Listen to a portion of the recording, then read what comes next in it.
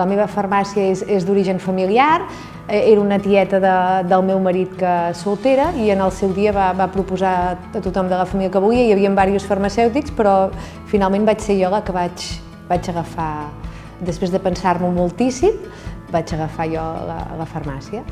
La meva farmàcia és la farmàcia Verdolet, està a Torelló, que és un poble mitjà, que té 5 farmàcies, i és una farmàcia de barri.